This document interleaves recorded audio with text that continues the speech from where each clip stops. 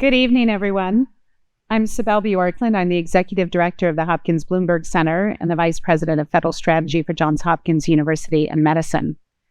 Before I introduce our speakers, I just want to note that this event is being recorded.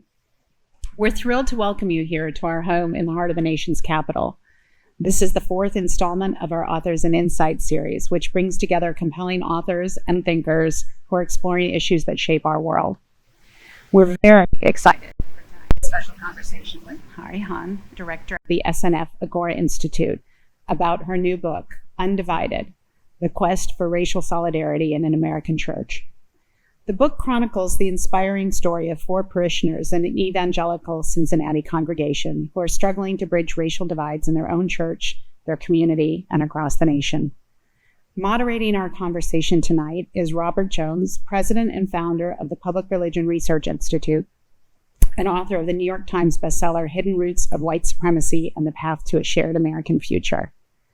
In a few moments, Hahrie and Robert will take the stage and get the conversation started.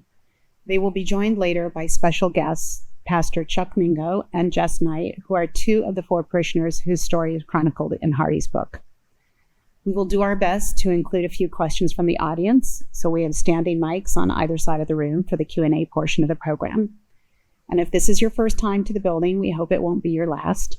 Our mission at the Hopkins Bloomberg Center is to connect evidence-based research with policy development, to educate the next generation of civic leaders and innovators, and to convene a diversity of viewpoints to foster discovery and dialogue. Every day, we bring together academic experts, public and private sector leaders, newsmakers, artists, and others to engage and collaborate across disciplines and differences. Harrie's book and the conversation we have in store tonight are the perfect example of that mission. So let me welcome Hahrie Han and Robert P. Jones.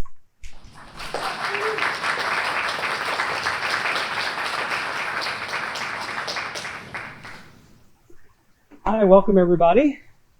So glad you all made it out, and the rain is let up now. Many of you braved it. I have wet feet still from trudging over here, but we're here to celebrate the launch of your book today, right? It's actual launch day.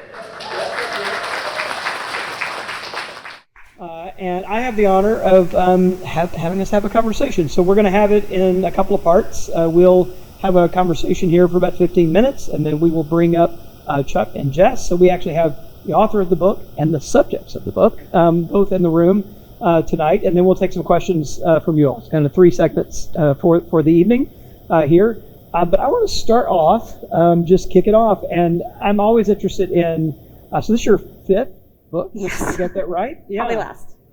And you know, there's a trajectory here, clearly. Study organizations, how they organize people and how they push people into public space and organize political power and influence and communities. Like, that's a theme here. But I'd love you just talk a little bit about how you found this is a book about one location, Yeah. right? Some of the other books have been about, you compare case studies, but this is like one big case study. Yeah. How did you get to it? And, you know, how does it fit, I guess, with that trajectory of the other things you've studied? Yeah. So I think that I came upon this book like very much by accident. So, yeah, as you said, like a lot of the work that I do is really interested in this question of like, how do people come together to realize and become like architects of their own future, right? How is it that people become equipped to work with each other to realize the future that they want? And as part of that, I was doing work on a campaign that was led by Troy Jackson, who's here. Just raise your hand, Troy, who was leading a campaign in Cincinnati that was organized around trying to get universal preschool passed in the city. And it was a really unusual campaign because in 2016, when Trump won Ohio, this campaign passed a ballot initiative that basically raised taxes on everyone in Cincinnati in order to fund universal preschool with targeted resources for the poorest Black community in the city. And it was passed by the largest margin of any education levy in Cincinnati history. So this was kind of like a weird thing, right? So I was studying the campaign to try to figure out what was going on.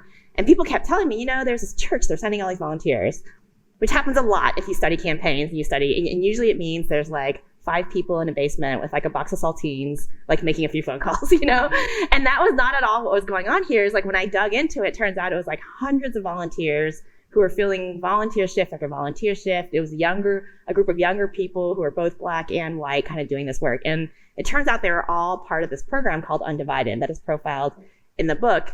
And so then as I began to kind of dig into it, I thought, this is really unusual, partly because they were able to kind of really achieve a lot of success when a lot of such campaigns aren't able to drive people to action in that way. But second, because it was happening in the context of the Crossroads Church, which is the third largest evangelical megachurch in America. And so now Crossroads is approximately like a 35,000 person church. It's a white dominant church, but Pastor Chuck Mingo, who's here today, had started this program around racial justice because of the calling that he felt, in his own ministry. And then it sort of ended up kind of animating all this work. Great. So we're here at a book launch. One of the things I've always been struck by is that when you go to a fiction book launch, the author gets to read from the book. But so often at nonfiction book launches, we never get to hear any text from the book. So I'm going to actually have you read us a little bit. One of the great things about this book is Hahrie is a great storyteller, right? So it's great research, but it is a great story. And so I want you to give us a little bit of a flavor from the book and read us a couple of pages. Okay. Hear the writing. So I'm going to read a section of the book that's about Jess. And so Jess is going to come up on stage in just a second. And she can tell her own story, obviously. But what I thought that I would do is read a little bit of her background so that, as Jess talks about her own experience, you'll have a little bit of a sense of it. And in this section that I'm going to read, it talks about kind of her first experience coming to Crossroads and then coming to Undivided and her own background. So I'll read and then Jess, you can correct it if there's anything that's wrong later, which I hope there isn't. Okay. The inexorable force of social sanctioning meant that Jess's parents never detected any contradictions in the entangled relationship between the Ku Klux. People in their circle told them that integrating white supremacist politics with their faith in God was normal, and they never thought to question it. Jess recalled hearing stories about her parents attending Baptist services in Florida for her mom and Southern California for her dad on Sunday morning, staying for a potluck lunch. As people digested their sandwiches and coffee, the men would participate in a Klan meeting. Women socialized and children played while men sat around in their Sunday church clothes discussing ways to advance an agenda of white supremacy. Pursuing an agenda of white power thus felt natural to Jess's father. He tattooed the word white in large scripted font back of his left tricep or onto his right triceps. Full skirts and tank tops in public to ensure that everyone could see the words. Like all children, Jess turned her head like a sunflower toward the light of her parents' love, even if it was darkened by shadows of hate. Throughout her childhood in Florida and then Ohio, her father worked assiduously to instill a fear of being alone with Black people in Jess and her sister. They'll murder you, they'll rape you, they'll beat you up, he said.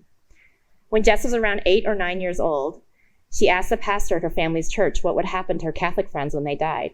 He told her they would go to hell. It scared Jess. She was learning a social order that put white Protestants on top and condemned everyone else. She thus learned a complex architecture of judgment and reward that carefully parsed different groups of people to maintain the racial order. Hierarchy was a rule, God was a judge, and hell was a stick. As a child, Jess felt like deviating from the social order would send her to hell.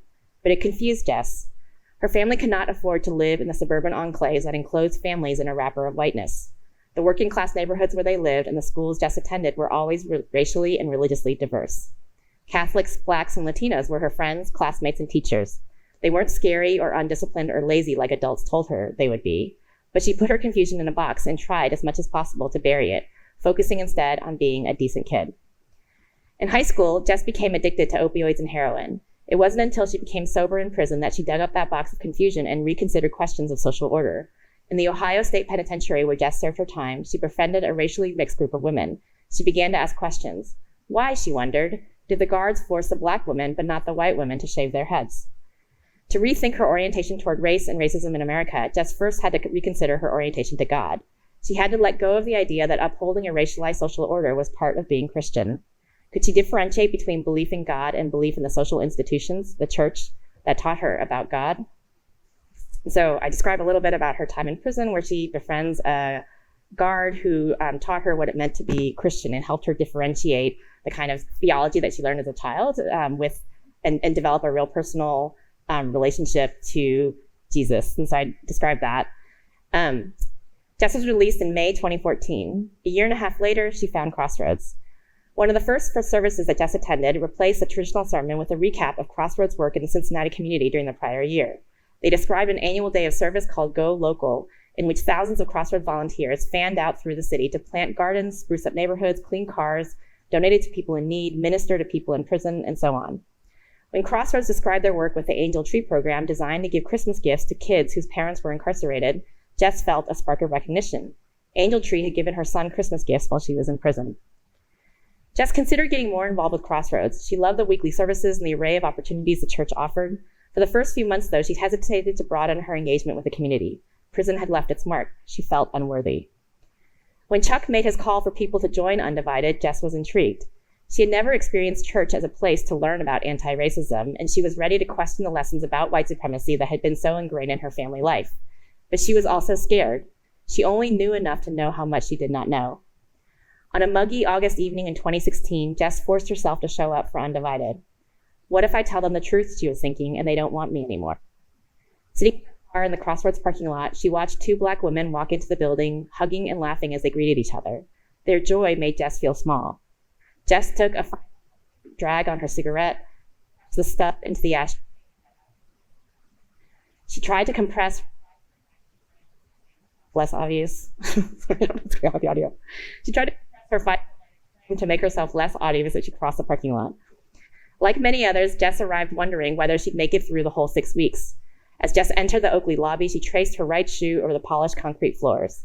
For most, the polished concrete made the room feel impersonal, reminding them of the that concrete made her feel at home. It reminded her of prison. Jess's small group was evenly divided between white and non-white people. Among the non-white participants, there were 3 Black people and 1 Asian woman. Jess sat down in the circle. Hi, I'm Jess. Then she was unusually quiet. Jess had the physical presence to command the room. In most things, she could make people around her feel comfortable. When she spoke directly. In this situation, however, she was reluctant to say anything. I was terrified, she recalled.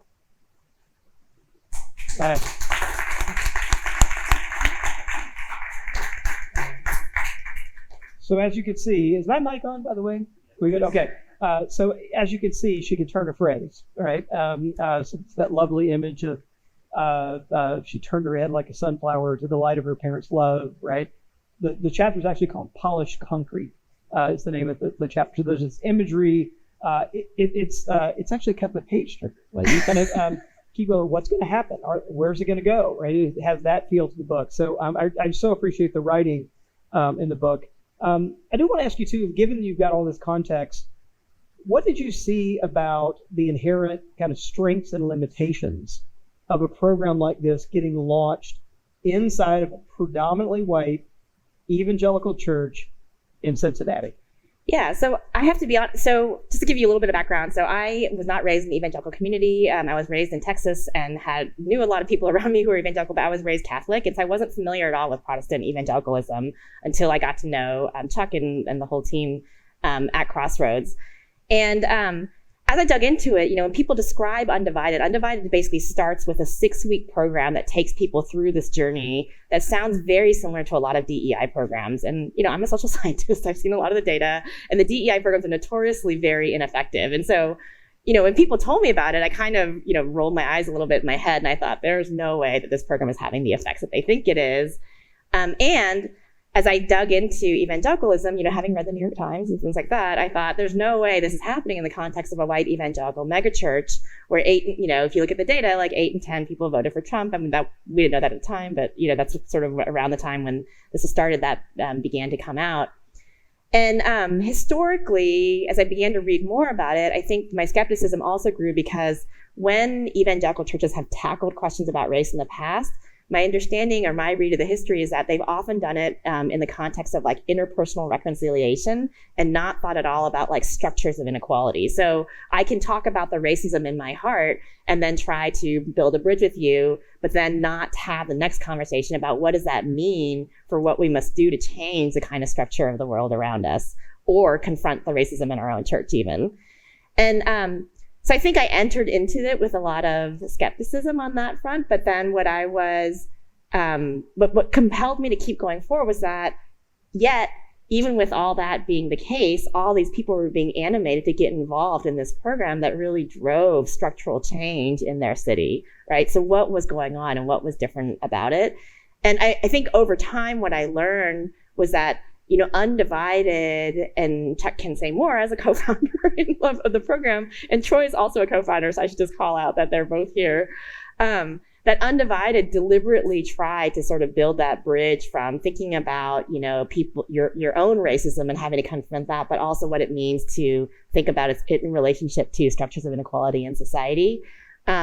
And I think thought really carefully about how to design a program that would move people into a place of risk and vulnerability that is really different from what most DEI programs do. And so part of the reason why the stories of people like Jess, I think, are so important is because, like, Jess, I think, and you can say more, obviously was terrified when you walked into that first day, and yet she still walked in. So Yeah. Well, we're in a close transition. I'm gonna ask you one more question. Yeah, I'll be quicker. So you're a social scientist, right? You study all this stuff. And yet in the epilogue, there's a section on grace, kind of a conversation about the Christian theological concept of grace at the end that you actually spend quite a bit of time kind of unpacking. Yep. And I thought, before we transition, what's a social scientist doing writing about grace at the end of the bill? Well, I'll say this. I have always been interested in social science as a way to think about how do we realize a vision of the world that we want, right? And what role does research play in helping us make sense of what's possible? And in that sense, I think part of what was really powerful for me in being able to be on this journey with people like Jess and Chuck and Troy and everyone who really was so generously kind of welcomed me into that community is what I learned from that experience. And I think, for people who don't know, like, grace is the Christian concept of unmerited favor from God. And having grown up in a Catholic church, like, Sister Lee taught us about grace. We had, I'm sure I had it on a test somewhere and things like that.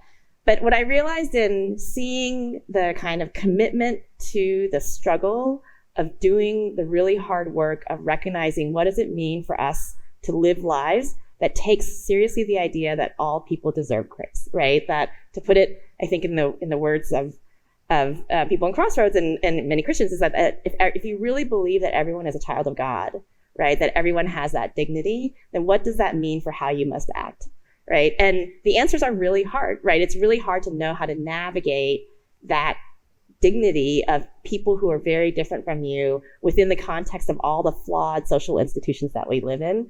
And I think seeing the kind of commitment to sort of doing that work in an ongoing way and the struggle that it took is part of what I think really has stayed with me and has really been part of my own journey in this project. Great. Thank you so much. All right. Well, I'm going to invite Chuck and Jess to come up and join us. All right. Like I said, I think it's a unique opportunity to, not only have kind of a scholar who got to kind of stay at the 30,000 foot mark and kind of watch what's going on from up here and bring all the kind of analytical lenses. And then also we get to have people who are down in the messiness of the everyday work here. So Jess, we heard a little bit about your story that Hahrie read. And she talked about or described you being afraid, right? About kind of getting, what am I doing, showing up here? What's this going to be about? Maybe you could just tell us a little bit more about what made you get out of the car, go into the meeting, and like what kept you coming here. Well, I had been attending Crossroads and I had seen the way that Chuck conducted himself. And one thing that I will say is that as a Christian woman, I came to church and I saw a pastor who not only was wanted to shepherd me as someone, but he bears his own cross in a way that you can't not pay attention to. Or I felt as a Christian, I could not pay attention, or it would be a choice to turn away from what Chuck is showing me and not one that I think God agrees with. And so I was very, very drawn in by the ability of Chuck to both bear his cross, to stand up in front of the third largest mega church as a Black man in an all-white denomination and challenge them, knowing what his answer is going to be, it was very inspiring to me. So if Chuck Mingo can get up on a stage and tell thousands of people who probably don't like him that maybe they should try this out, I think I can get out of the car. You know? Yeah, and so, tell us a little bit about that first experience and what that was like, for you, very different. Yes. Yeah. So it's very terrifying. Anyone who's not familiar with Undivided, I went through the second cohort, and part of what was built into that was that half of the group was BIPOC, half of the group were white participants. And in week one, you sit down and you talk about race. And it is, for me, was the most terrifying thing because I'm showing up as a Christian woman with all these ideas about how I should conduct myself and that I need to be gracious and graceful, and knowing that I have all of these really hateful underlying racial biases, and that I have to walk into this room and say I'm a Christian woman in this church and I'm racist is terrifying, because I also don't want them to say, stop coming to church, we don't love you anymore. And it was very terrifying for me because my dad was very racist, to the point that my sister and I were embarrassed a lot in our childhood anytime we had interactions with Black people. And I carried that in. And I carried in knowing it was wrong. It's not easy to sit across from a Black man and look him in his face and say, my dad taught me that you were going to rape and kill me. That is terrifying. But the only way to get past it is through it. And so that first week in Undivided, when you throw all that scary stuff out there and you're terrified and you think everyone's going to reject you, but we're on a Christian foundation of grace. And you come back next week, and you come back next week, and you keep building the kingdom. Now, thank you. So, Chuck. Yes. You're a Black man in a predominantly white evangelical church in Cincinnati. Mm-hmm. And there's a great story, and I'm sure there's lots of stories, but the story of you standing up and giving a sermon, mm-hmm. and kind of calling it out. Tell us a little bit about what led you there, and how did that go? Yeah. How did it go? Well, first, I want to say I think I'm inspired by Jess, your courage. And for me, I think I want you to know it goes both ways. I think there's something about being a leader in a public context where, you get to maybe be first to market with the word of encouragement or the word of challenge. But make no mistake about it, what kept me going was the courage of people like Jess. There's an accountability that comes from seeing you step into this that allowed me to continue to step into this. And I think for me, it really started with an invitation. So you mentioned Troy Jackson, my co-founder, is also here. And in the winter of 2014, Troy and I met at Crossroads Oakley. And I was just, I grew up in Philadelphia. I grew up with a lot of cross-cultural experiences, found myself in a Midwest church where it wasn't as diverse. And so I was really in the tension in 2014 in the midst of all that was happening with Michael Brown and Ferguson and all of those things, really wrestling with what is the role of the church here? And particularly, what is my role? And it was through that I had a friendship that initiated with Troy, where Troy had just come back from Ferguson and was just processing with me what it was like to be on the ground there. And I was able to share with him this discontent that I had. And through that friendship and relationship, Troy invited me to understand more about faith-based organizing. What does it look like to live out my faith in the public square? And so as we got into 2015, the seeds of a calling really crystallized in that day, that weekend, when I shared, hey, I feel like I'm called to do this. And I don't think it's just me. I think it's our church. And I will tell you, it was incredible. People stood. There were all of these amazing things that happened. And maybe you've experienced this in leadership. It was wonderful. And then you realize, then there's the living out of this. Our senior pastor wasn't there that weekend, which is why I was preaching that weekend. And so this could be really short-lived, right? It could be next week. Here's the correction, right? And so I think that next week was also really important, because that next weekend our senior pastor got up and completely endorsed. Who's white? Yes, Brian is white. Yes. And completely endorsed, hey, I support Chuck and I want us to go in this direction. And I think for me, that's when it was like, okay, there's work to be done here. But I will tell you that, and I still have moments where I'm like, God, if you want to call me something else, I'm open. Like, call me something different. Like, there's some things people really want to hear about, like, but I do feel for me, there's something about the intersection of my lived experience and what I truly believe the way of Jesus is that compels me that the church has an opportunity and I think a responsibility to be a public witness around racial healing and justice. Just to put a little context around this, so Chuck gave this sermon, I think, in like March or April or something like that. April 2015. And then the first cohort of Undivided took 9 months to kind of build Undivided. And then the first time they started Undivided, it started with 1,200 people from the church community that joined, and everyone was organized into these racially mixed kind of small groups, but it wasn't it wasn't like 50 people. No. 1,200 people went through it just in the first cohort, and then Jess was part of the second cohort. So, and what's interesting about that is we did a pre-survey and we asked those 1,200 people, and I think this speaks to, and Robbie, your work really speaks to this, the challenge of having this conversation in many of the spaces that certainly I occupy as a Christian and as a Christian pastor. 1,200 people went through it. We asked them, have you ever had a person of a different race over to your house for dinner? And nearly 50% had not. So in a church where people are worshiping next to each other, going on mission trips together, this very intimate action of having a meal with each other, nearly 50% had never experienced that. So I think that just speaks to the challenge and the opportunity we have in spaces like these to awaken people to this calling. Well, one of the things I really appreciate, and Hahrie, I'll say, as a researcher, it's always tempting to smooth out the story, right? And to kind of make it a straighter line than it really is, because it's just easier to write that way, right? Easier to describe. And so I really appreciate the fact that you've held the messiness of the kind of very uneven, crooked path, this was, I think what we've heard so far sounds a little like, oh, everybody was on board and we had 1,200 people and like it just kind of went, from there. But when you read the book, you realize, oh no, anyone who's tried to do any of this kind of work, particularly about not just kind of racial reconciliation, but like racial justice work inside of predominantly white spaces, the bumps are coming, right? And so I want to see if you would all maybe reflect a little bit and maybe like one little episode where, oh, there's the pushback, there's the bump in the road, there's the hesitation for the leadership that we've got to figure out how to maneuver now. So I'm going to start with you.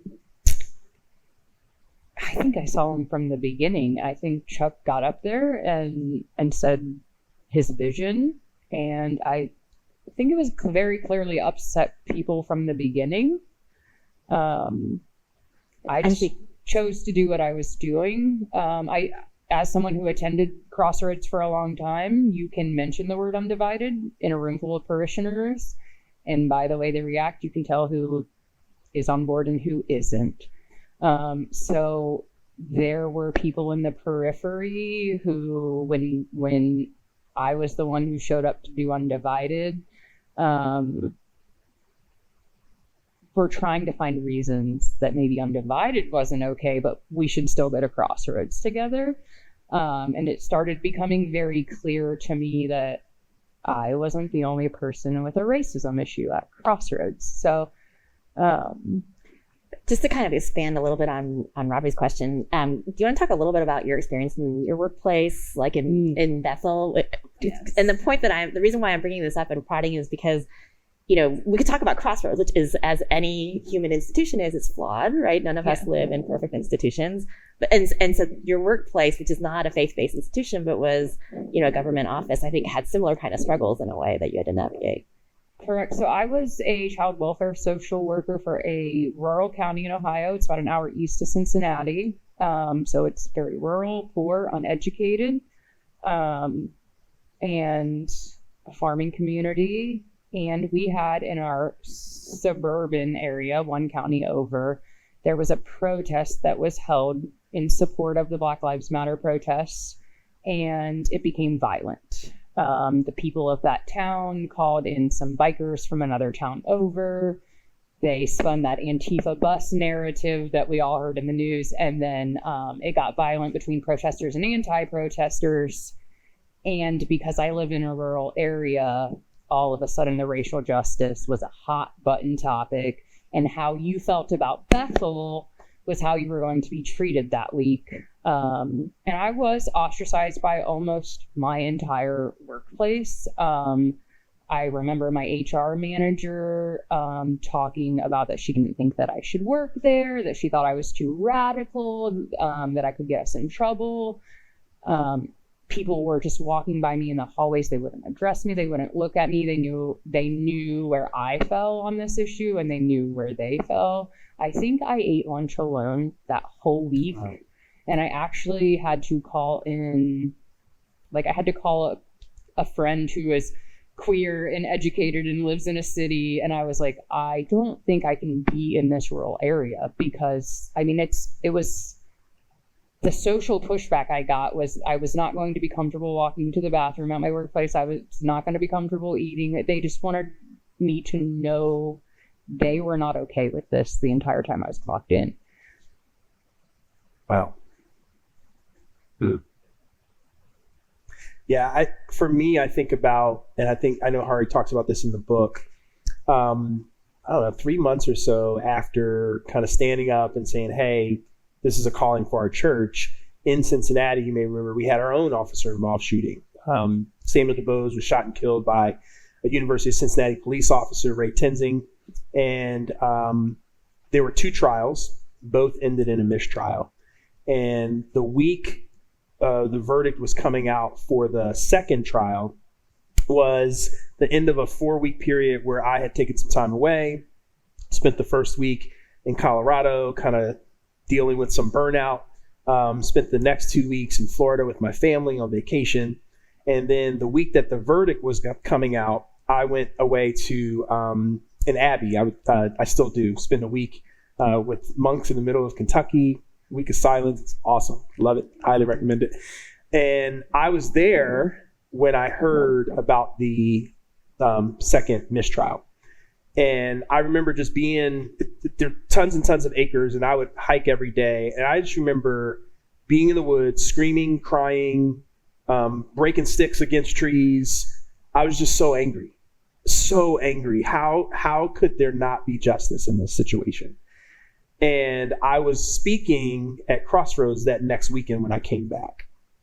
And it was like an 8-minute message, because we were doing like a couple, like TED Talk kind of style. And I just expressed that to the church.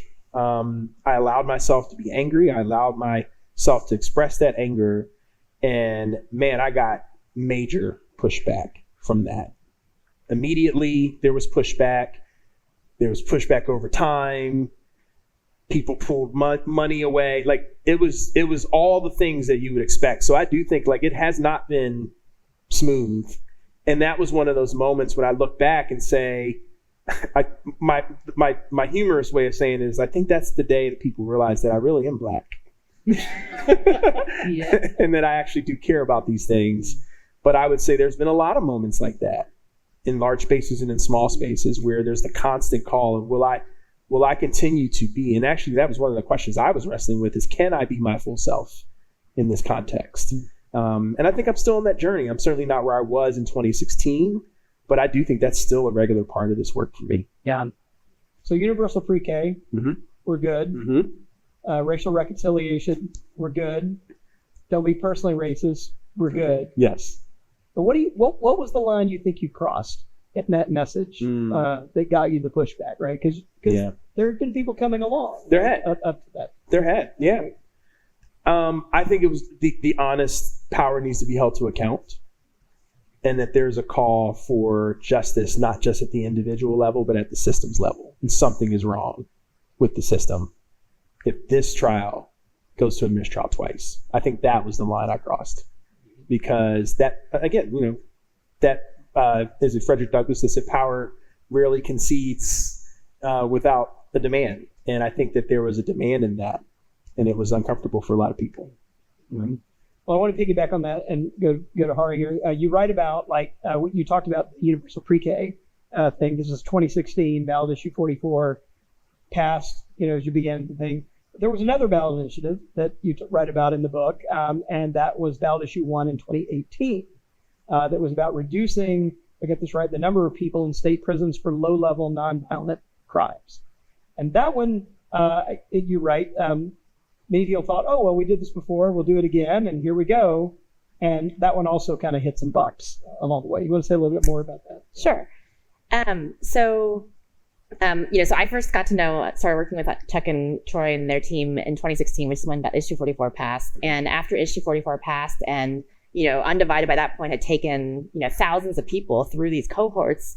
And one thing I should say about Undivided, this is really important, I think, to emphasize that it's just a 6-week program. That's this weekly meeting, that we were just first terrified to enter into. But then after that, everyone who goes for Undivided is invited into what they call on-ramps, right? Which are ways in which you can take the learning from Undivided and live it out in through different work. And so one of the vehicles they created as an on-ramp was this justice team that essentially was the vehicle through which a lot of people got involved in the issue 44 campaign. Once that campaign ended, the justice team thought, okay, like what's next? And that's when they thought about getting involved in issue 1, which is a statewide initiative that was an effort to try to reduce the number of people who are incarcerated. And that campaign did not have the same kind of breadth of support, I would say, politically, that issue 44 did. It was a statewide campaign, not a city campaign. It hadn't been building up in the same way. But then also within Crossroads, it didn't experience the same support. And there are some scenes. I mean, okay, so first of all, I just want to say, Chuck and Jess and all the characters in the book, like they gave me this incredible gift of sharing their stories with me, and then and allowing me to put their vulnerable hearts like on the page, and that's an incredible gift as a writer. I will say, it was an incredible gift as a friend, to hear this.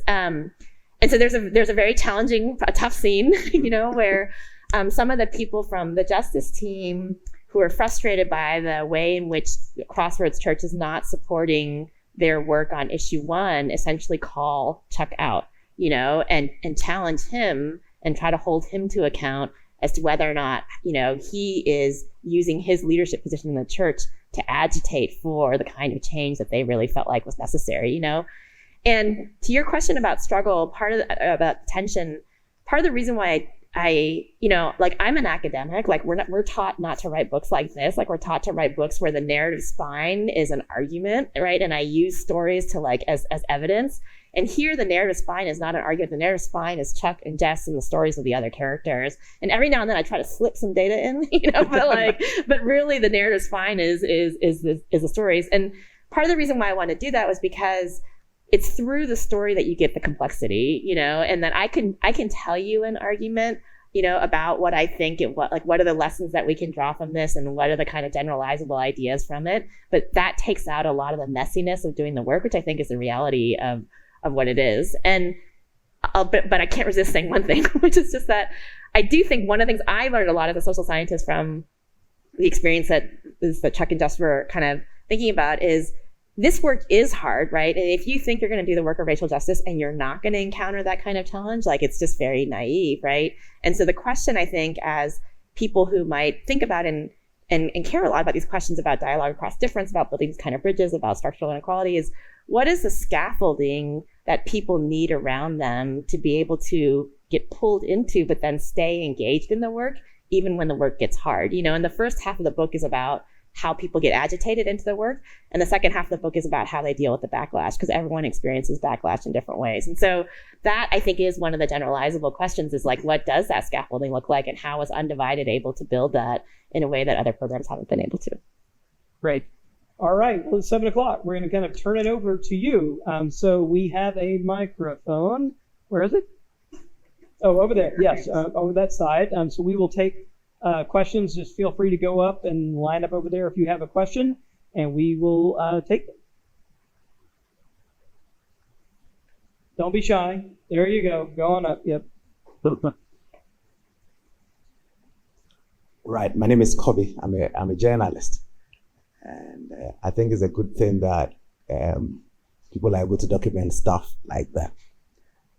But from what you said, Chuck, did it ever occur to you that people may feel,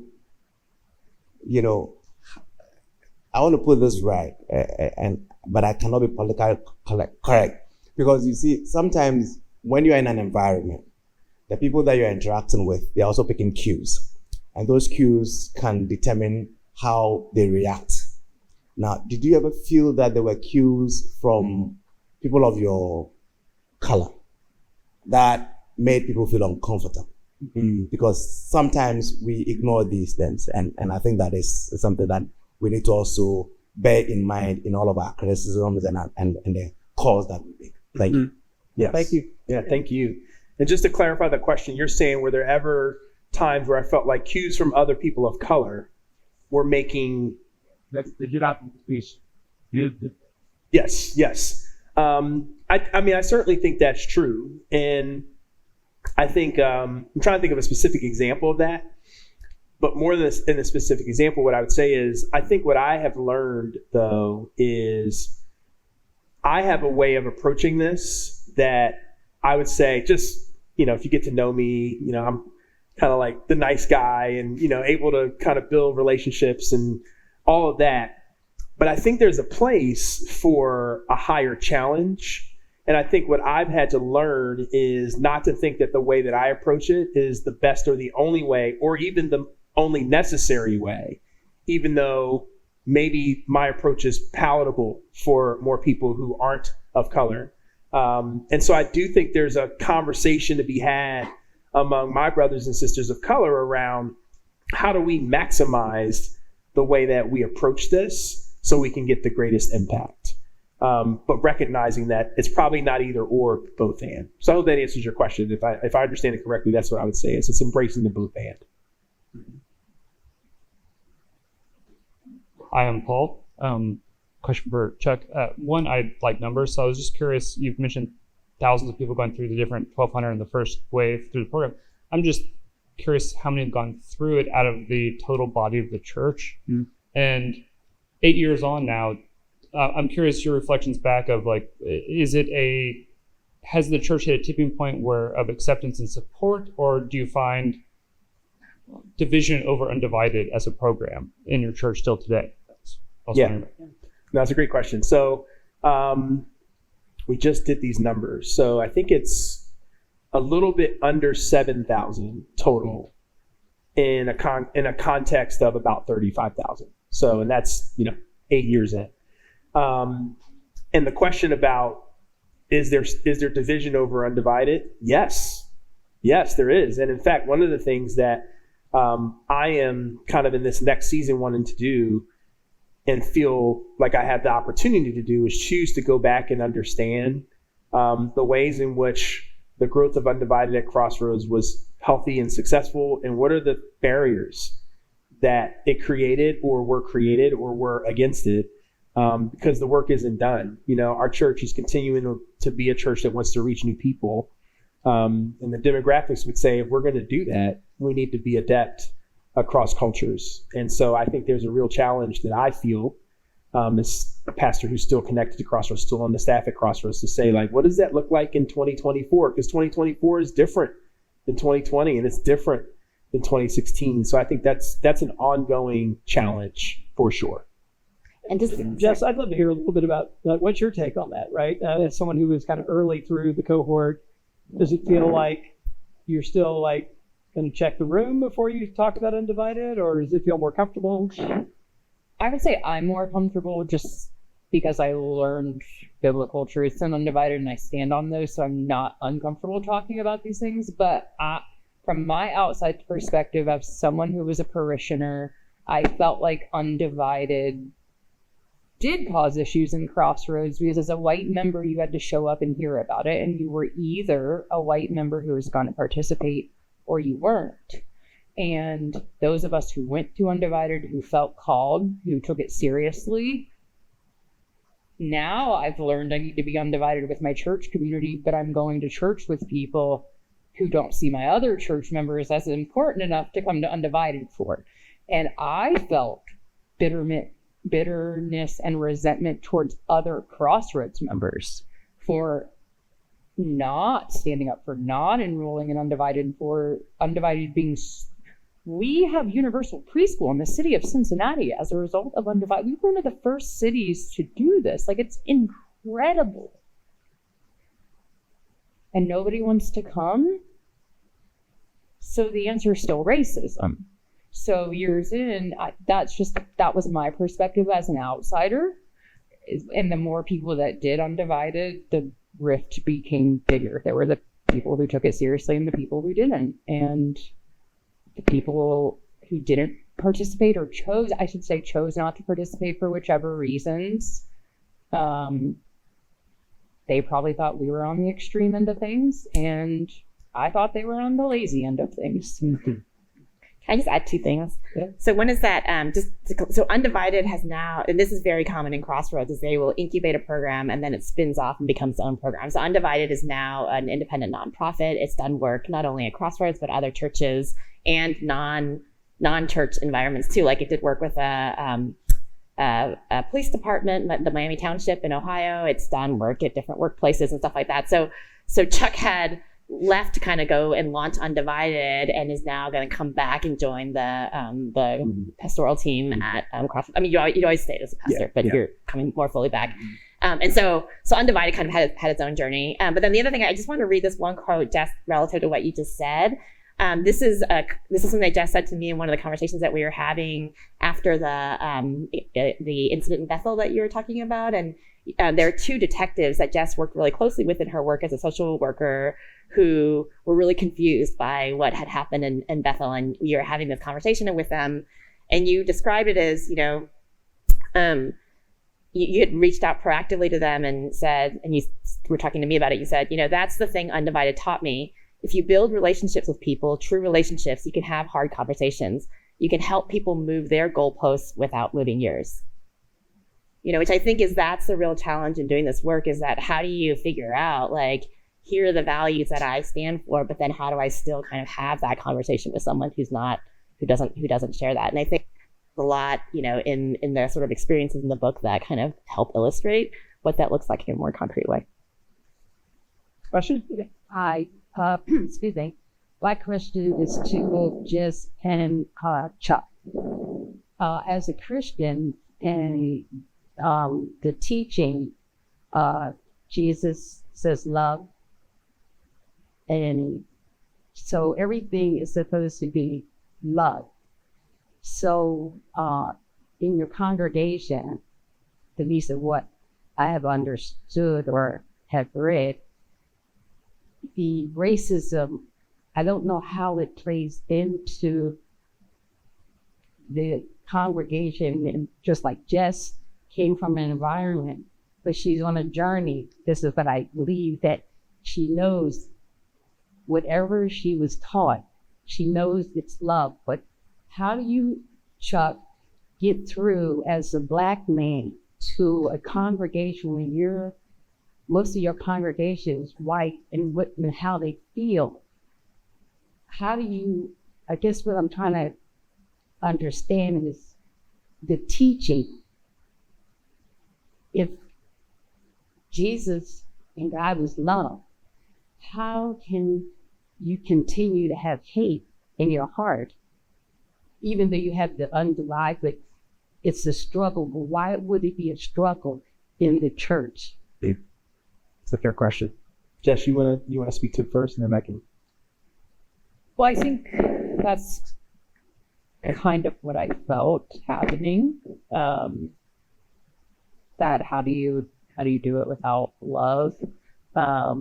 Even struggling with like act example.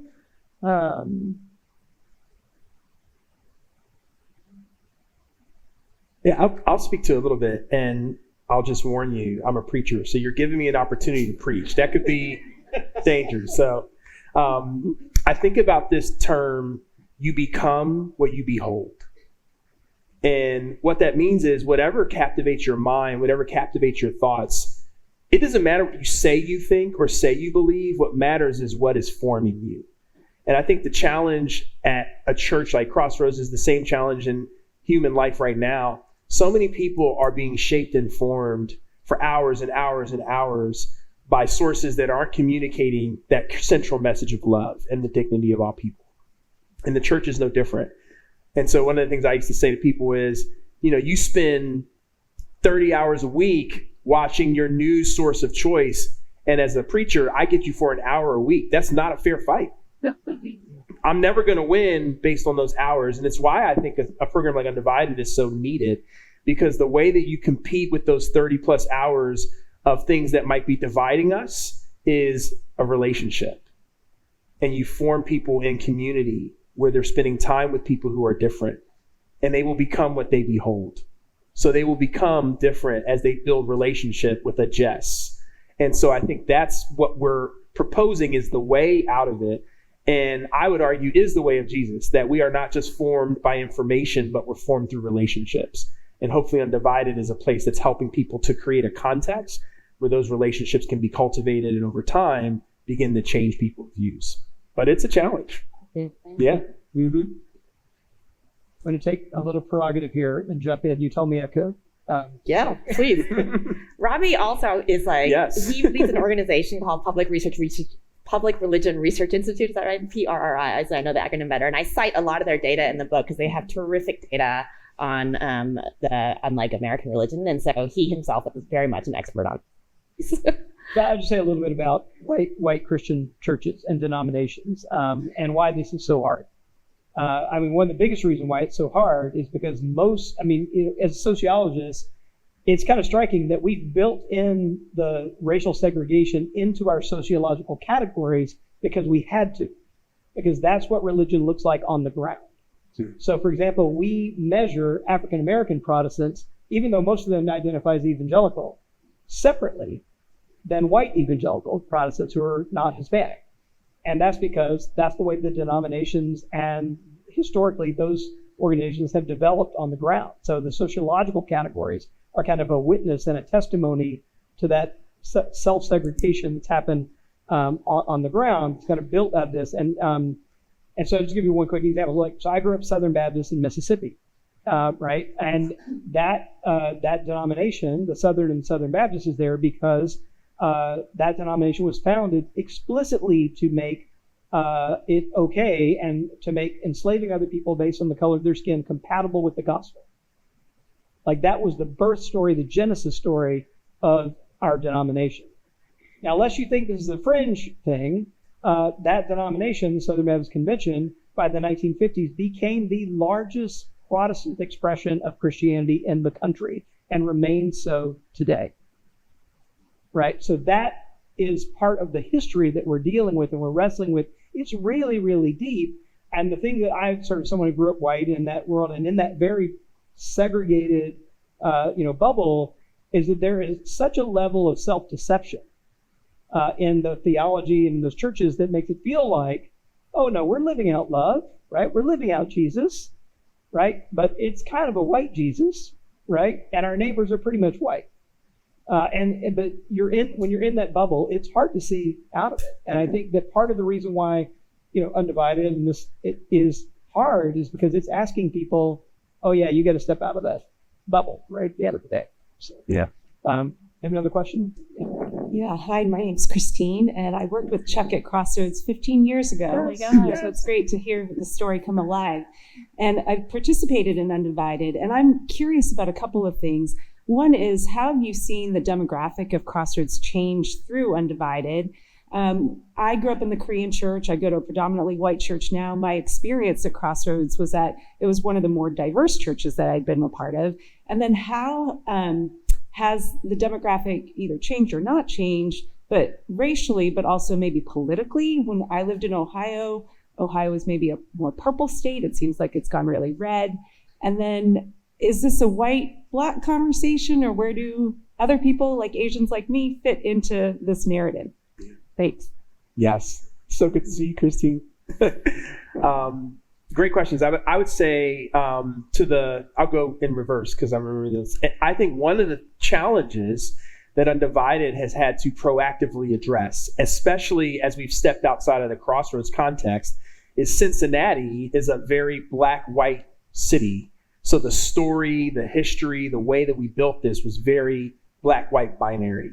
And honestly, I'm really grateful for the incredible team that has been leading and helping to lead Undivided over the last several years, that we've expanded out of that binary and still have a lot of work to do as we spend time in the Southwest with churches who have a very different racial makeup than a church in Cincinnati. We just continue to see the need to elevate those stories. I was just talking to Hahrie about friends of ours. There's a church that we're in partnership, Kensington, outside of Detroit. And Andrew Kim is a pastor there, and he has an Asian American civil rights tour that I've done. And it just brings to life places like Angel Island and Manzanar, like these things that are part of our history and culture. And so we've had to grow as a movement of Undivided to make sure that we're elevating Indigenous stories, AAPI stories, Latino stories as well. So I think that's still work we're doing, but work we've been intentional around. In terms of Crossroads and the makeup of Crossroads, I would say Crossroads, our sites, it depends on where we are in terms of how diverse our sites are. I still would say many of our sites probably look very monochromatic, whereas the site that you were at, and where I still am, is very, very diverse. And I think our staff is very diverse in some ways. The visible leadership, less so, but beyond that. So I think there's still work for us to do there, but there's no doubt that Undivided has had a positive impact on many people saying, hey, this is a church where I feel like I belong. If this is what we're talking about, then this is a place where I feel like I belong. And that's one of the things that's really important at Crossroads. And I feel like there's a third question that you asked and I'm missing. The politics. The politics, yes. I think 2016, you probably have the data on 2016 politics for Hamilton County. Okay. Oh, for Hamilton County. For Hamilton County. I mean, Hamilton County is the county where Cincinnati sits, and Clinton won. Clinton beat Trump in Hamilton County because it's an urban area. It's more progressive than the rest of the state.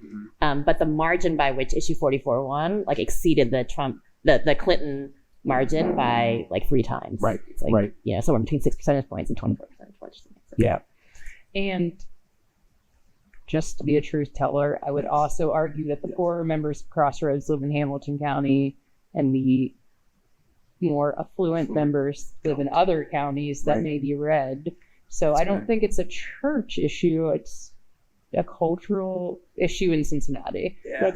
All because our surrounding counties are where all of our nice suburbs are, and those tend to turn red and have been turning red. So can I just add 2 things? So just for people who aren't familiar with churches, because this is, I'm assuming much of this room is like this. So, first of all, just one of the things I didn't know before I went into doing this research is the largest 9% of churches in America contain 50% of the church-going population in America. And the average megachurch grew by 34% in the last decade or so, So, if you've heard stories about small churches closing and organized religion declining, those are all true. But the growth edge of American Christianity are these megachurches, essentially. And most megachurches, including Crossroads, are what's called multi-site churches. So there's one sermon that's delivered that's projected because you can't fit 35,000 people into one room unless you're going to do it in the stadium, right? Like in Camden Yards or whatever. I don't even know how big Camden Yards, but and so you had this, so it's spread out across 8 campuses now in Crossroads. And so the biggest campus for Chuck was the pastor is the most diverse. It's located in Cincinnati, but there are other campuses that stretch into suburban Cincinnati, but also northern Kentucky. So it draws a different kind of population, and some of them are much more monochromatic, as you said, as a result. But then the other thing I was going to say, which is just sort of, I feel like, so over the course of doing this, it took me 7 years to write the book, so thank you, sorry. But over the course of doing this research, I've had the opportunity and the privilege of talking about it in lots of different settings, and I feel like a lot of times I'll talk to especially secular audiences that are less familiar with this, and they'll ask a lot of questions to understand the program, and sometimes I feel like they're trying to figure out is this the perfect program? Was it able to get 50% of Crossroads that do X, Y, Z, and and it's not, and I don't think Chuck and Troy would say that. I don't think, and the thing that I always think about is that if you think there's going to be some perfect racial justice program out there that we can all just copy and then mimeograph and put into all of our institutions, that's just a false hope, right? Because that's not how this works at all. And, I have a mentor who taught me that he's got this phrase where he sort of says, the leading edge of social change always begins with people who have a critical eye and a hopeful heart, right? Because that's what you need to be able to think about and move between the world that we have and the world that we want, and I think Undivided is a place where it equips people to be able to act act with both a critical eye and a hopeful heart, and kind of peer into like what is the possible world that we could create, even if it is going to be a struggle in all the ways that we've talked about to get there. All right, we're going to take one last question. Get one more. Yep. Okay. Hi, this is a fascinating conversation. Thank you. Before I ask my question, I want to say a couple of things about me. Well, I'm an atheist. We're talking about religion. I don't practice any religion. I respect all of them. I put them on the same pedestal. I have got nothing to do with any of them on some level. I have been to multiple denominations, so like different churches, Jewish temples, mosques, Hindu temples, Baha'i religious events, blah, blah, blah. Okay. For me, variety is the spice of life. In nature, we see so many colors, right? The race it's a human construct, right? I mean, I don't understand why people have this issue. So my basic question is, because I'm so drawn to differences, I thrive in an international community, movies from all over the world that I'm drawn to. How do you know that you are not a racist? At what point do you know? It's very hard for me to understand this. An easy question. 30 second show. Trust me, it's very hard for me to understand this concept of racism. I don't. Yeah. I don't know whether anybody acted in a racist way towards me. As far as I know, nobody ever in my life. Yeah. I'm oblivious to it on some level, unless someone hits me on the head. Yeah. Great. All right, thank you for that. All right, yeah, like I said, an easy one to tee up Easy to one. round the evening off. Knock it out of the park. Here's what I would say. I think, we're talking about race, but humans have demonstrated a strong affinity to be us versus them. You name it, what the difference is. Tribalism, racism, sexism. I can go on and on. So I think there is something in the human heart that we do have to all work through that causes me to other people who aren't like me in whatever way I'm thinking about that. And I think, to your point, I love your question. How do you know you've arrived? I wouldn't see it as a destination, but what I would say is just what you said.